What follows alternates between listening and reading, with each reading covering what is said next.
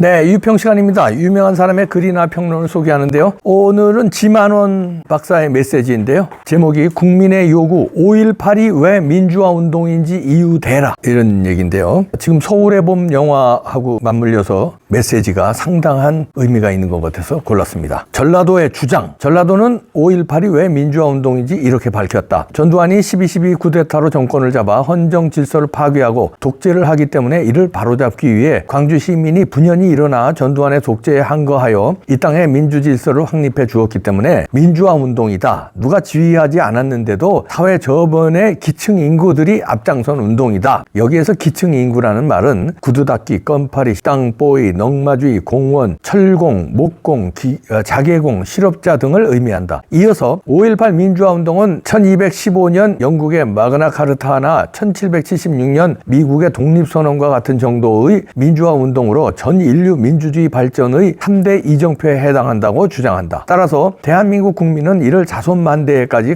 기리고 이 운동에 앞장선 유공자들에게 금전적, 사회적 예우를 갖춰야 한다고 주장한다. 이러한 내용은 모든 5.18 관련 판결문에 일관되고 줄기차게 주장돼 있다. 전라도 주장이 사실인가? 1. 12.12는 쿠데타였는가? 12.12는 1979년 쿠데타가 아니었다. 박정희 대통령의 쿠데타는 군대를 동원해 정권을 단번에 잡아 통치자로 등장한 것이었다. 이 세상의 모든 쿠데타 역시 기존의 정권을 타도하고 쿠데타 지휘자가 곧바로 국가를 통치했다. 그리고 모든 언론은 검열되었다. 하지만 12.12에는 정승화라는 한 사람만 김재규 내란 음모를 방조했다는 혐의로 체포 구속됐을 뿐 모든 헌정 질서는 최규화 권한대행을 중심으로 정상적으로 유지돼 있었다. 언론 검열도 없었다. 1979년 10월 26일 오후 7시 40분 김재규는 궁정동 안가에서 저녁 식사를 하시던 박 대통령을 권총으로 쏘아 시해했다. 시해 현장 바로 옆집에서 대기하고 있던 정승화는 김재규가 범인인 줄 알고 있으면서도 끝까지 함구한 후 10월 27일 오전 4시에 계엄사령관으로 등장했다. 이후 12.12까지 그는 47일 동안 김재규를 옹호하고 전국 장악을 시도하고 본인에 대한 수사를 강압적으로 방해했다. 이런 범법 행위에 대해 전두환은 당시 국가 최고의 수사 책임자로서 그를 체포할 수밖에 없었다. 이것이 12.12 사건이었다. 이때 전두환은 이성 장군으로 합동수사본부장 즉 계엄사의 검찰총장에 불과했다. 기라성 같은 삼성 장군들과 사성 장군들이 전두환의 상관들이었고 그 위에는 최규하 대통령이 있었다. 전두환은 당시 그 누구도 감히 나설 수 없는 분위기에서 정의를 세우는데 최일선 담당관으로 역할했다. 모두가 눈치만 보고 있을 때 계엄 검찰총장의 역할을 수행하면서 반국가 행위자들에 대한 정보를 수집했다. 전두환의 과단성 있는 업무 수행에 많은 박수와 격려가 쇄도했다. 12.12로부터 9개월이 지난 1980년 9월 1일 그는 그조차 예상하지 못했을 만큼 전 후배와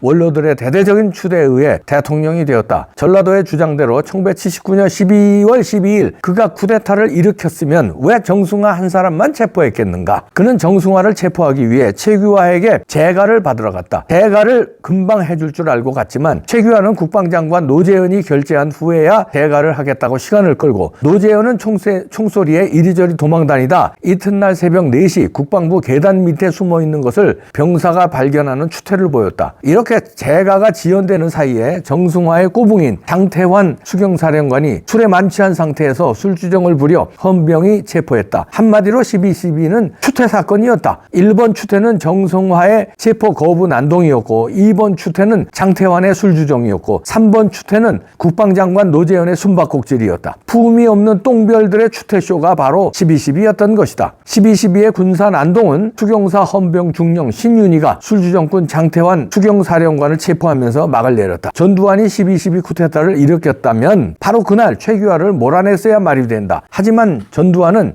만 8개월 이상 최규하를 대통령으로 깍듯이 모셨다. 그리고 최규하는 국민들로부터 무능하고 걸림돌만 된다는 여론의 비난을 받으면서 1980년 8월 16일 스스로 물러났다. 역사가 이러한데 1980년 5월 16일 이전에 전두환이 무슨 정권을 잡고 독재를 했다는 말인가? 이것이 바로 괴담이라는 것이다. 청담동 술자리 괴담을 아직도 사실로 믿는 국민이 30% 이상이라 한다. 군과 권력 세계를 알지 못하는 순진한 국민을 향해 쏟아내는 괴담이 역사로 굳어지는 이 후진국적 현상이 언제까지 이어져야 하겠는가?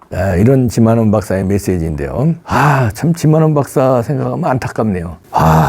아니 지만원 박사는 학자로서 오랜 18년인가 20년 연구한 결과를 내놓았을 뿐인데 그게 자기들의 입맛에 안 맞는다고 감옥에 보낸 거 아닙니까? 그러면 어느 누구가 이 역사라든가 이 정치학을 공부하겠습니까? 아니면 입맛에 맞는 발표만 해야 되고 입맛에 맞는 연구 결과만 내놔야 되는데 그게 무슨 학문이고 그게 무슨 역사고 그게 무슨 정치학입니까? 역사와 정치학에는 논쟁이 따르기 마련이에요. 지금도 똑같은 사안 놓고 예를 들어서 이재명이 그 범법인데도 범법자이고 그 조폭 같은 그건데도 그를 따르는 무리들이 있고 그를 따르는 역사학자들이 있잖아요. 그리고 그와 반대되는 역사학자들, 그와 반대되는 교수들 또 언론들 얼마나 많습니까? 그중에 이봉규도 한 사람이고요. 그러면은 이게 논란이 있는 거예요. 논란이 있는 건데 이 5.18도 논란이 있는 거 아닙니까? 그런데 그걸 갖다가 자기네 편이 아니라고 감옥에 보내는 행위. 그것도 그 당시도 아니고요. 지금 5.18에 대해서 몇십 년간의 갑론을박이 있었는데 지만원 박사를 잡아 가둔 거는 너무했다는 생각이 듭니다. 근데 지만원 박사의 이 주장도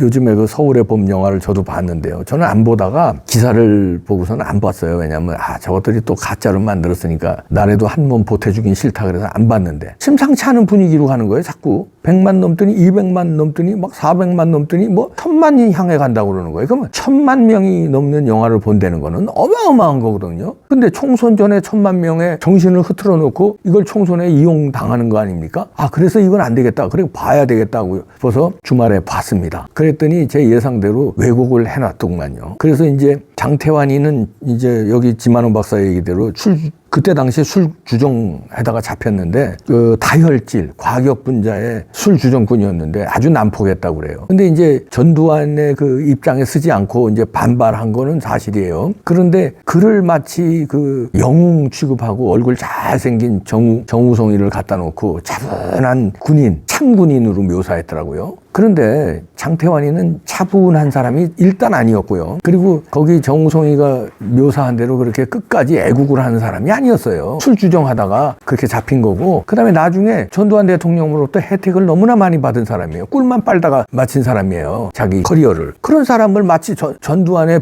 불법 쿠데타를 막아서는 의인으로 거기서 묘사를 하더라고요. 그런 점이 잘못된. 물론 일부 사실들은 사실에 입각해서 많이 다뤘더라고요. 그런데 그 사실을 교묘하게 바꾸고 뉘앙스가 있잖아. 어가 다르다고. 어를 바꾸면서 그다음에 이미지를 바꾸면서 톤을 바꾸면서 등장인물들의 표정 이런 걸 바꾸면서 역사적 사실을 또 조금씩 비틀면서 전두환을 전두광으로 악인으로 몰고 장태환이를 의인으로 몰았더라고요. 그 당시를 잘 알고 있는 역사학자들이나 그 당시에 군에 참여했던 사람, 장태환이를 잘 아는 사람들은요. 콧방구를 끼는 일이에요. 취재를 했어야지. 장태환하고 친했던 사람들. 그 당시에 잘 취재를 했던 기자들. 취재를 하고 영화를 만들어야지. 그냥 지 입맛에 맞게. 그래서 저는 그 영화 보면서 제가 중고등학교 때 꿈이 영화 감독이었거든요. 근데 이제 나이가 먹으면서 영화 감독은 아무나 하는 게 아니다. 그리고 그 현실을 깨닫고 그 꿈을 포기했는데 이번에는 그 꿈이 조금 살아났어요. 이놈 자식들이 저렇게 만들어서 총선을 앞두고 이렇게 대놓고 왜곡을 하는구나. 그러면 나도 이건 뭔가 제대로 저거에 맞짱 뜨는 영화를 만들어야 되는 거 아닌가? 유튜브만 해가지고 이거 되지 않는 거 아닌가? 이런 게 확 막 마음속 깊이 막 뜨거운 게 올라오더라고요. 그러나 일단은 뭐 능력의 한계가 있으니까 영화 아무나 만드는 거 아니거든요. 그래서 이제 뜨거운 그것만 느꼈는데요. 모르죠. 뭐 제가 몇 년 내에 영화 만들지 안 만들지 그건 모르겠습니다만 하여튼 영화는 영화일 뿐인데 그럼 영화로 봐주면 되는데 자기 그 영화 처음 말미에도 역사적 사실을 각색했다. 뭐 이렇게 앞에 그 자막이 나오더라고요. 각색한 거예요. 각색이란 게 뭡니까? 자기 입맛대로 바꿔대는 거 아닙니까? 다큐멘터리 영화가 아니에요. 그런데 좌파들은 다큐멘터리 영화로 막 치부하면서 막 난리가 나요. 선동하느라고. 서울의 봄을 막 MBC 뭐 이런 데서 띄우면서 난리가 납니다. 그러면서 퍼날르고 뭐 그러면서 전두환을 그 전두광으로 이제 악인으로 묘사하잖아요. 그거를 윤석열 대통령에 대입하더라고요. 저는 전두환을 연기한 황정민의 연기를 보면서 이재명이 떠올랐어요. 저만 그럴까요? 거기서 광적으로 그러니까 자기 그 카리스마는 대단하더구만요. 그 전두환 그 역이. 사실은 전두환 대통령이 카리스마는 대단한 분이었죠. 그 카리스마가 없으면 그때 진압을 못했어요. 그때 진압을 해서 김재규의 범행을 다 수사를 해서 정승하고 엮인 거 이런 걸 다 밝힌 거죠. 여기 지만원 박사 주장대로 만약에 쿠데타를 일으켰으면 최규하 대통령부터 그때 감옥에 잡아넣지. 왜 최규하 대통령한테 결재를 받습니까? 아니 쿠데타 일으켰는데 무슨 결재를 받아요? 그리고 자기가 대통령 되기 전까지 최규하 대통령을 얼마나 깍듯이 모셨는데요. 아니 쿠데타 일으킨 사람이 전직 대통령부터 잡아넣는 거 아닙니까? 어느 나라나? 근데 왜 모셔? 말이 안 되고요. 그리고 그때 당시에 이 후배 군인들 이게 따른 게 아무리 그때 군인들이 양아치였어도 의롭지 않은 일에 그 따르겠습니까? 박정희 대통령이 시해됐어. 저격당해서 범인을 밝혀야 되잖아요. 김재규가 쐈어. 근데 그 현장에 정승화 육군 참모총장이 있었어. 그러면 왜 정승화는 거기 있었는지, 누구의 부름을 받고 거기 있었는지, 왜 총소리가 났는데도 왜 가만히 있었는지 조치를 안 하고 육군 참모총장인데, 그리고 왜 6번으로 데리고 갔는지, 김재규를 데리고, 그리고선도 그 후속 조치가 없었는지 이상하잖아요. 그거 수사한 거예요. 수사한 거예요. 그 수사했는데, 그러고 수사하고서 수사도 불법 수사한 게 아니고 수사 대장이야. 말하자면 보안사 대장이야. 군의 수사는 보안사잖아요. 그리고 이때 계엄 당시에 합동수사본부장을 했으니까 검찰하고 계엄사를 다 보안사를 다 합쳐놓은 게 합동수사부 아니에요? 합동수사본부장으로서 수사한 거예요. 그런데 정승화가 혐의점이 발견되니까 정승화를 체포하려는데 순순히 말을 안 듣고 거기서 저항하는 과정에 총격전이 벌어진 거지. 그러니까 무조건 얘네들은 박정희 대통령을 잘 죽였다 이렇게 생각하니까 죽인 사람을 영웅하고, 근데 그걸 수사하는 사람을 전두광이라고 보고 그거를 악인으로 보고, 5.18을 성역시하는데 5.18을 진압한 사람은 전두환으로 보고 전두환을 악인으로 보는 거예요. 호남과 주사파, 북한 이런 사람들은 그렇게 보는 거예요. 이렇게. 그 호남 다는 아닙니다. 일부 호남인들은 그렇게 생각 안 해요. 전라도의 주장이 이제 여기서는 이제 이렇게 나오는데 전라도 다는 아닙니다. 지만원 박사의 억울함도 언젠가는 밝혀지겠죠. 지네들은 5.18이 억울하다고 그러고 장태환이가 억울하다는 거 아니에요. 근데 지만원 박사의 억울함이 이제 밝혀질 거예요. 서울의 봄. 근데 지금 서울의 봄이 역효과가 나온다는 소리입니다. 제가 봉평에서도 했는데 서울의 봄을 본 저 같은 사람들, 다시 말해서 아주 주사파에 경도되지 않은 사람들은 저때 전두환 같은 카리스마가 없었으면 나라가 혼란 지경에 빠졌겠구나. 박정희 대통령을 김재규가 쏘고 우왕좌왕하고 나라 정치권이나 군이 우왕좌왕할 때 전두환이가 수사를 통해서 또 강단을 통해서 꽉 잡았길래 망정이지 큰일 날 뻔했구나 이렇게 생각하는 사람이 많아진다는 거예요. 1번 첫째 그거고요. 두 번째 황정민의 연기를 보고 왕적인 그 말하자면 리더십, 이재명이 떠오른다는 거예요. 저 개딸들을 막 그때 한화회가 지금은 철험회로 묘사된, 우리가 느껴요. 철험회, 개딸들. 그때 한화회. 그 영화에서 보면요. 한화회가. 그 영화에서 보면 이재명이 떠오르는 거예요. 아수라하고 또 연결. 그래서 오히려 서울의 봄은 역효과를 내고 있다. 지네들은 서울의 봄으로 1000만 넘어서 총선을 확 먹으려고 그랬는데 역효과가 상당 부분 나고 있다. 이런 얘기. 깨어나야 돼요. 하루 징글징글하다 5일. 진상 밝히자면 밝히지도 않아요. 명단 까자면 까지도 않아. 유공자라며 명단도 안 까면서 일방적으로 자기네들 말만 믿으래. 그리고 다른 말하면 감옥에 가두려고 하고. 누가 독재자냐? 누가 독재하는 거냐? 이 좌파들의 영화 선동 물론 안 넘어가요. 안 넘어가서 역효과가 나지만 우파들도 좀 영화 국제시장 같은 우파 영화, 인천 상륙작전 같은 우파 영화가 우리도 많이 나와야 되는데 너무나 열세예요. 좌파 영화들에 비해서. 이 영화를 만들어야 되나 이거 진짜. 역효과 나온다 너들.